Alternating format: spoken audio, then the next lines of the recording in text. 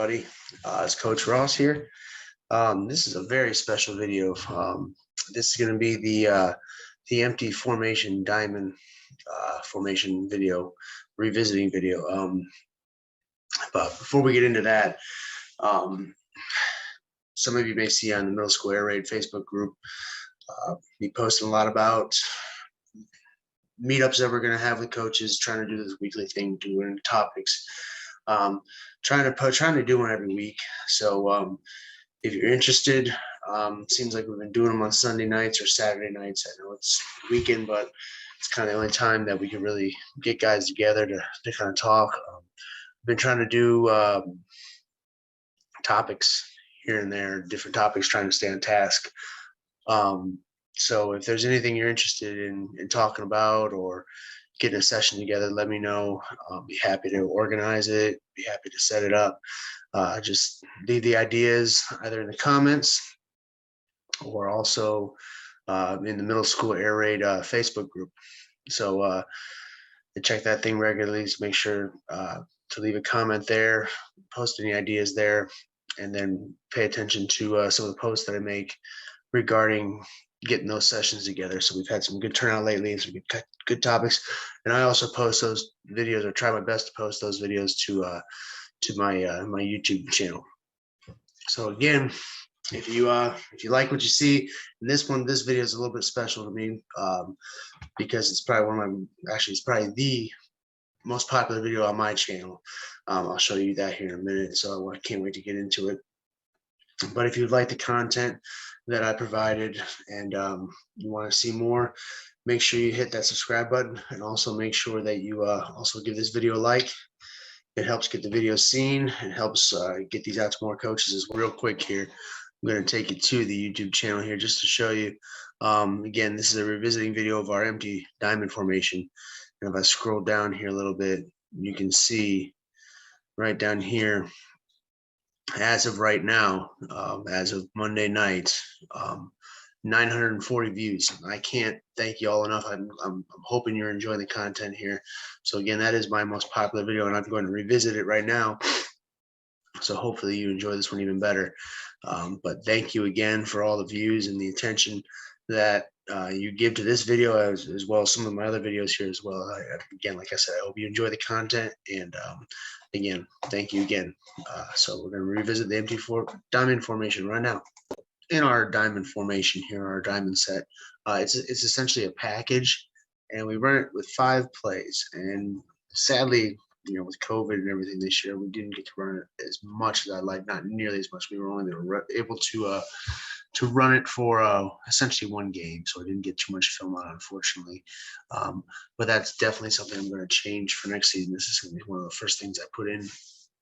It's real simple because a lot of the same things that we do in our base offense, whether it be with our screens, whether it be with our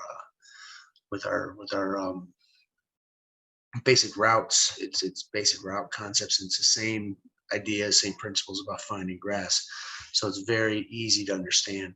And essentially, this is just a package of plays to use to see how the defense reacts, because depending on how the defense reacts, we can go a bunch of different ways with this formation here.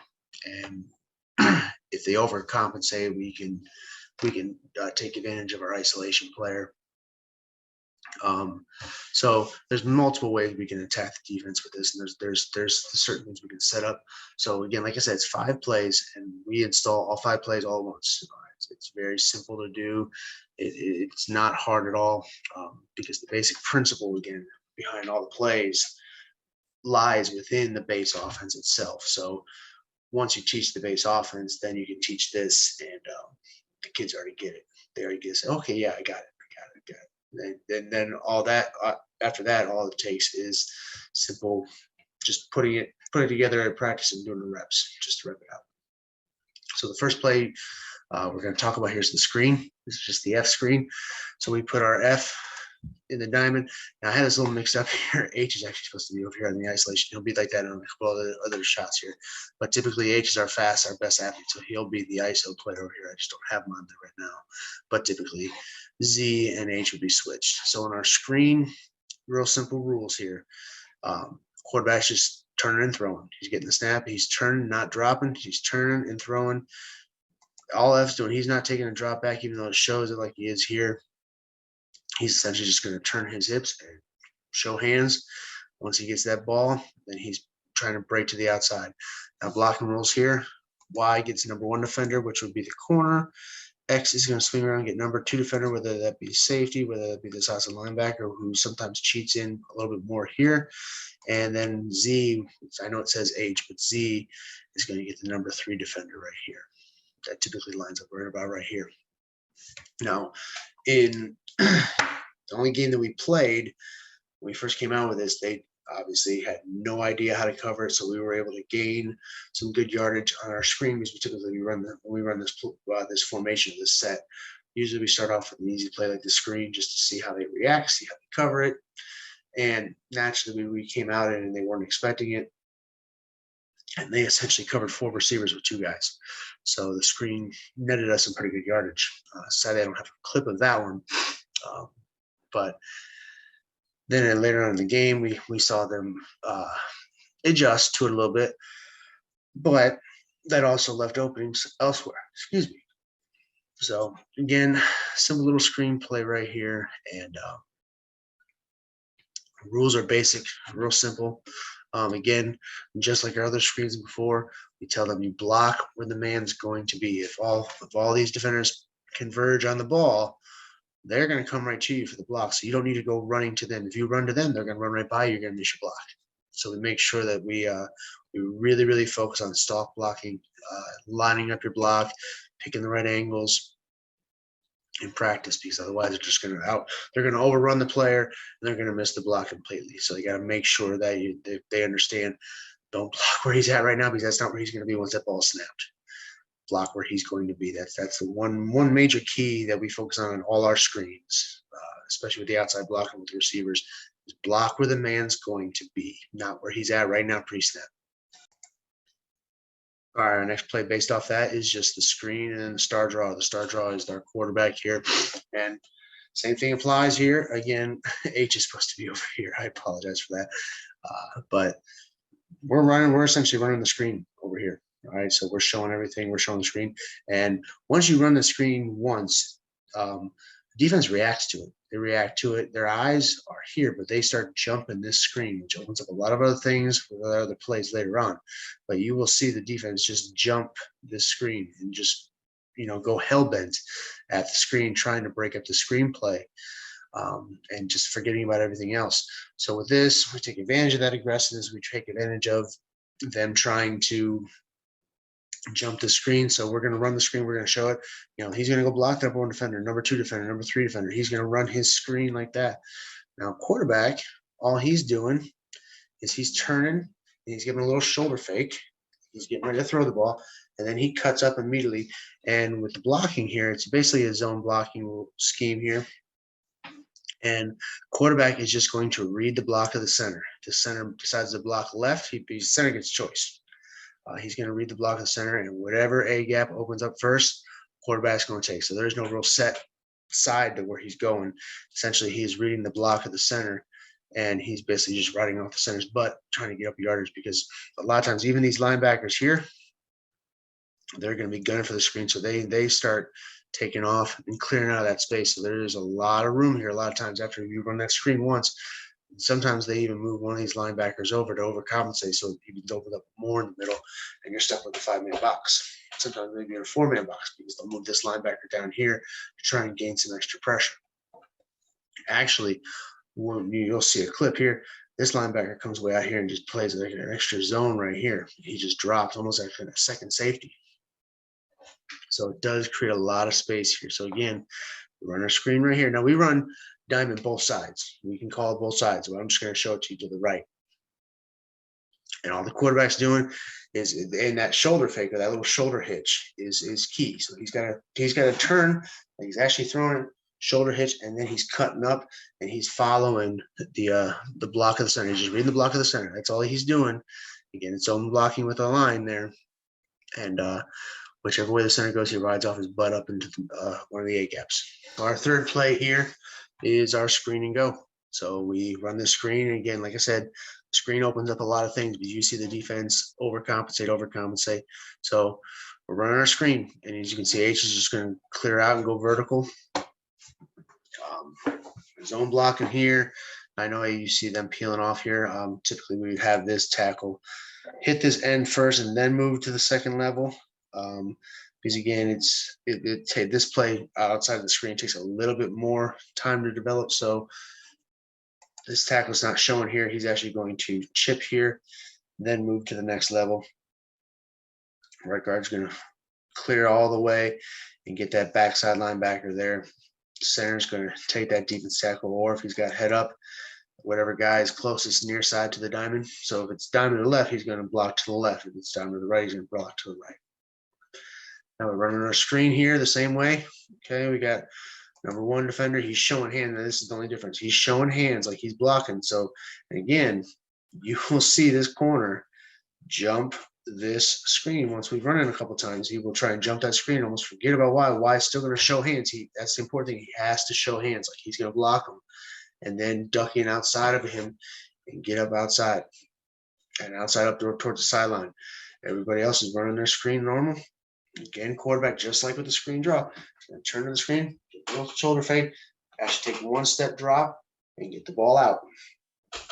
Get the ball out. It's just like our Larry and go and our Randy and go that I did in another screen in my previous video about the screens.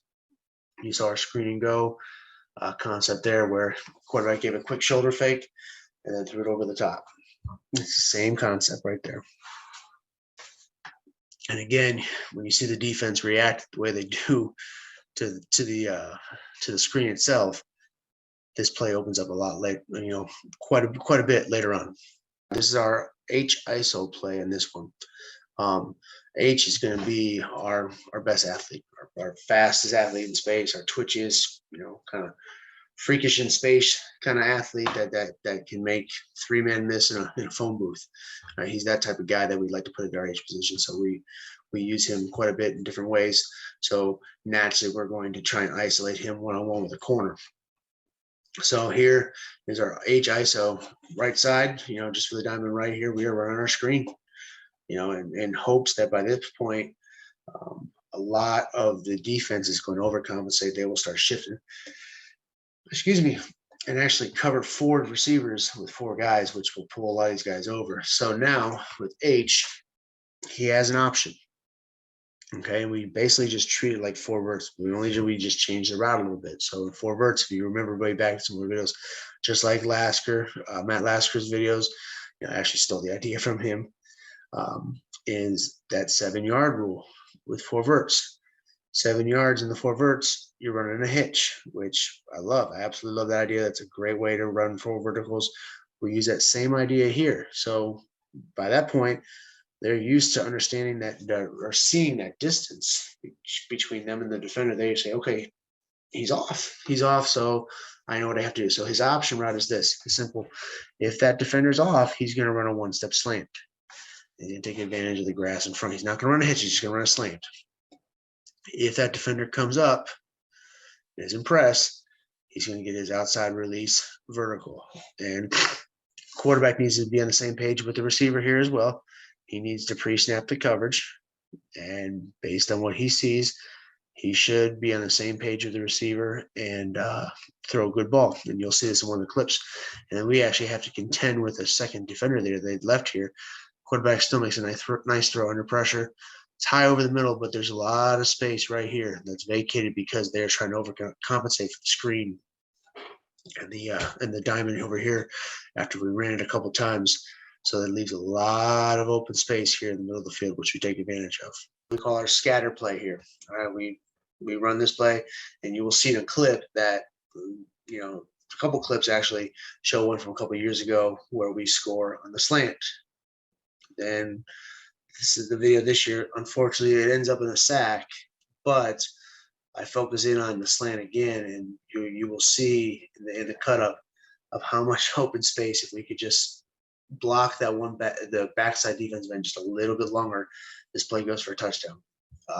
We changed the reads around. The progressions used to be we would go from corner to vert to slant. But now that we've seen so much space open up, we're actually changing the progression. We're going slant or stick. I mean, he has the option of settling if he sees that open grass there, but typically this is where the ball's getting thrown right here, because there's so much space that's opened up right there. So it's going to go slant, vert, corner, then the screen is the failsafe. And our H, and it says Z right here, but it's supposed to be our H is running just a go route, just an automatic mandatory release outside vertical.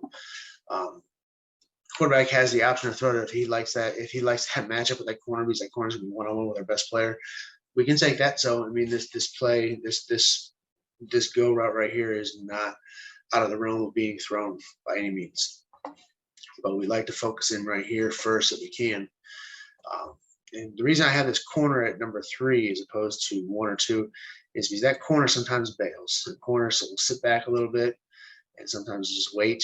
So once he sees that player is running a screen, he will commit. So it does open up a little bit late. So that's why we try and just go 1, 2, 3 based on what that safety does too. That safety drops down or shifts over, then that vertical up the hash mark is open. But a lot of times the slant is just absolutely wide open. And actually, these are actually drawn up a little bit wrong here. So I apologize. I'm actually going to fix it. I didn't even realize that. So you're going to see me draw this in real time. So actually, right here, this player is running the slant. This player is running the 4-step corner. And this player is running an inside release up the hash mark. Okay, so my mistake there. Okay, so you can see the crossing that we have with this, which creates a little bit of extra confusion as well. My apologies on that. I didn't even realize that until I saw it and started looking at it a little bit closer. So yes, still slant, vertical, corner. Because again, like I said, that cornerback sometimes drops. So that corner route right there doesn't necessarily open up right away. So sometimes, a lot of times, that player will be open late if we need to throw it there. So again, it's going to go 1, 2, 3, and then if nothing's there, there's your shit route. Throw it to the F. By that point, these defenders are a lot of times running with the receivers, and it still has a lot of open space here because they tend to forget about this player, even though we run the screen a few times. Once they see other receivers leaving, they will run with the receivers, and it does open up there. So, but this right here, this slant, after you've run this screen or this diamond multiple times, the amount of space that is created for this slant is deadly. Okay, it's just, you got to make sure that you block it on the outside here, or block it on the line here. Again, you'll see in the cut up, if we would have just blocked defense for just a half a second longer, we would have connected on an easy touchdown with this play right here, because he was getting ready to unload on that slant because it was wide open, and there literally was not another defender going to touch him. There was not a defender within 20 yards of him. He would have easily probably walked into the end zone. Cut up here is actually a cut up from a couple of years ago. This is actually my first video on this formation here. Again, like I said in the video, or the beginning of the video, we didn't run this formation as much as we would have liked for a number of reasons. It was a late install for this because of certain COVID and getting certain things installed before this. But it's definitely something I'm going to install much sooner because of the potential this formation has. And again, like I talk about in the beginning of the video, it's just a package of 5 plays that we put in here. And so here's the scatter play that we like to run. Now, we don't run this play initially first right off the bat because we try and set this play up a little bit here and get the defense focused in certain areas, and then hit them with this play here. And if you remember this cut up from the last video, we do actually score on a slant. Now, when we first installed this formation, the progression for the the receivers and the quarterback was different. Again, the routes that each receiver is running. Our isolated receiver here is just running a simple little flat route. This our point man on the diamond, he's running a one-step slant, getting into this area right here. Our back person of the diamond is just simply running just a little screen. Our inside receiver here is running a four-step corner. And then our outside receiver is running an inside wheel. He's getting vertical up the hash. Now, the way we used to run this was the corner was 1, vertical was 2, slant was 3, and then screen was 4. And this is just basically the 4 is just basically just a fallback if everything is not there for it. Basically, like kind of like when you hear Coach Mack say, "Oh shit route," well, this is it. This is the oh shit route if nothing else is there. So, but what we have done now is we've actually changed the progression. So now we have the slants at 1, the verticals actually at 2, the corners 3, and the screen stays at 4.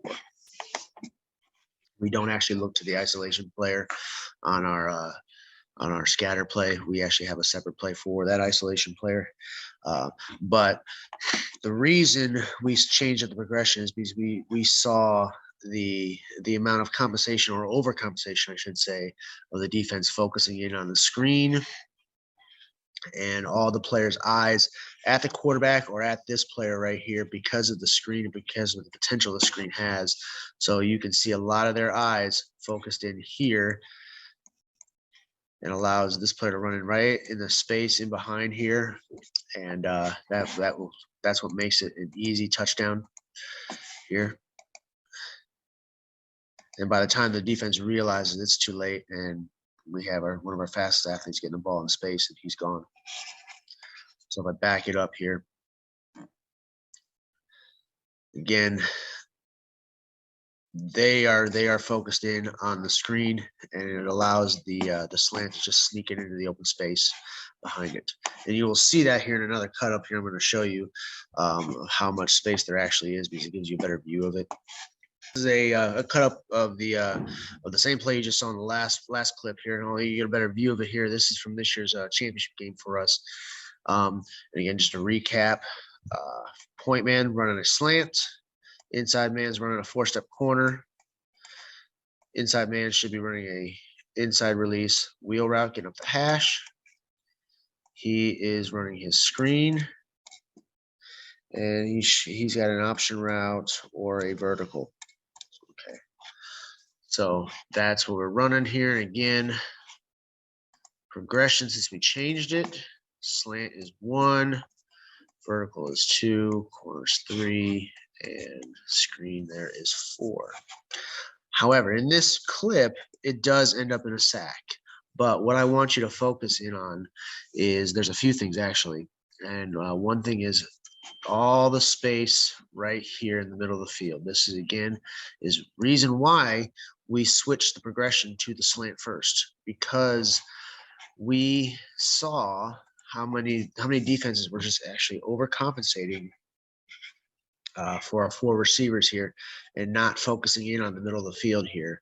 And on top of that, we also noticed too that the eyes of the receivers, the defenders, were focusing on the screen and trying to jump the screen here, and it just they lost focus of where the receivers were actually going and the space that is created for it. So I'm going to play the clip again. Like I said, it opens up, or it finishes off as a sack. We couldn't hold that one defensive end. He was a stud. We couldn't hold him for just one more second to get this play off. But what I want you to focus in on is focus on this receiver, and when he runs, and look at the space that he has available to him. If we can just hold that defensive end, just not hold, but block the defensive end a little bit longer to get this play off or get this throw off. So I'm just going to go ahead and play it here.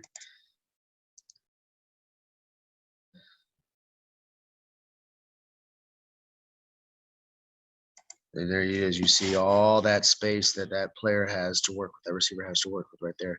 So if we're able to maintain that block just a little bit longer and get that throw off, that slant is wide open. And there is literally not a defender near him for 15, 20 yards, and he probably runs to the front pylon for a touchdown.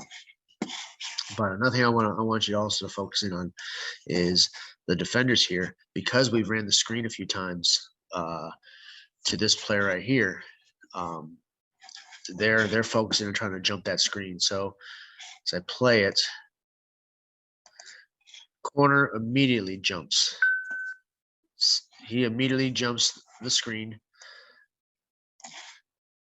Eyes in the backfield, not watching the slant coming behind him. He's watching to make sure that no player comes into his zone. But again, that space right there is what we want to try and attack. And it's there if we could just maintain our blocks just a little bit longer. You see the space, and you see all the players right here. 1, 2, 3. 1, 2, and 3 trying to jump that screen. And by that point, it's too late. If we could just maintain that block just a little bit longer, we have that slant wide open right there, kind of like you saw in the last clip. So again, in that last clip, the slant was the number 3 progression, but the quarterback made a good play. Now we've changed it up, and that slant is the number 1 progression in this play. So I just wanted to show you this again. Like I said, it ended up in a sack, as you can see. He's getting crushed right now. But if the line is able to maintain their blocks just a little bit longer and for the quarterback to get this play off, it has some serious potential to it. What we're going to show here is our ISO play out of our diamond formation. So what we do with this ISO play here is we are trying to isolate our best playmaker. We put that our best playmaker one-on-one or to the backside of the diamond in hopes that we isolate him one-on-one with a corner here.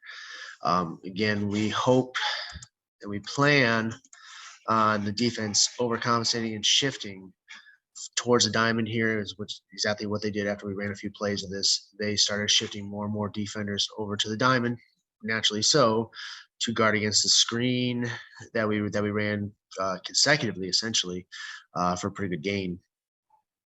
And so then what we do is we start watching how the defense covers it and see if we can take advantage of the isolation play that we run as well here. So what we're looking at here is corner. Now they keep an outside linebacker here as well, and he actually drops 2. So they actually have 2 defenders here, but it's okay because our receiver here essentially has an option route. So he has the ability to run 2 routes based on the leverage of the corner. So what we're looking for essentially is the same as forwards.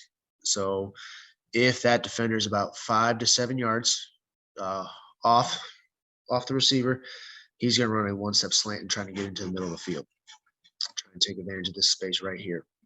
If that corner is pressed up, he's going to run an outside release vertical. Now the quarterback, when we call this isolation play, he's automatically throwing. He's automatically throwing to that receiver.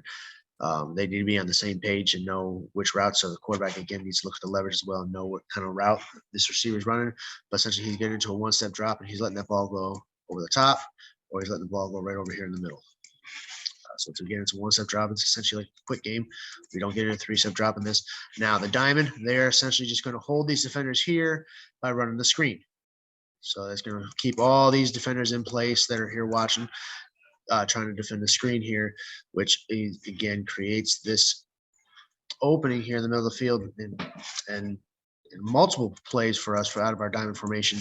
The middle of the field for us is wide open. So in this play here, you're going to see our receiver run a slant. He's going to catch the ball right here, and it's for a very good gain. Not for a touchdown, but for a very good gain here.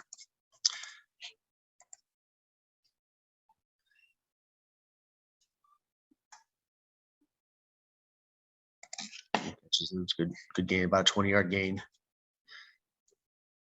which is good because I believe we were behind in the sticks on this one because we got a couple penalties.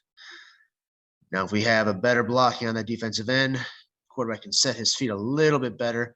You get this ball off, it will be he's throwing off his back foot, so the ball is a little high, but receiver makes a good play to go up and get the ball, high point it, and come down and make a great catch for a good gain.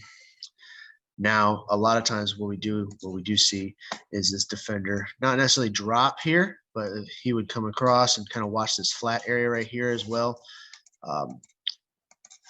But again, receiver and quarterback make good plays on the slant here, and it's a nice, easy gain for us. I'll play it through one more time.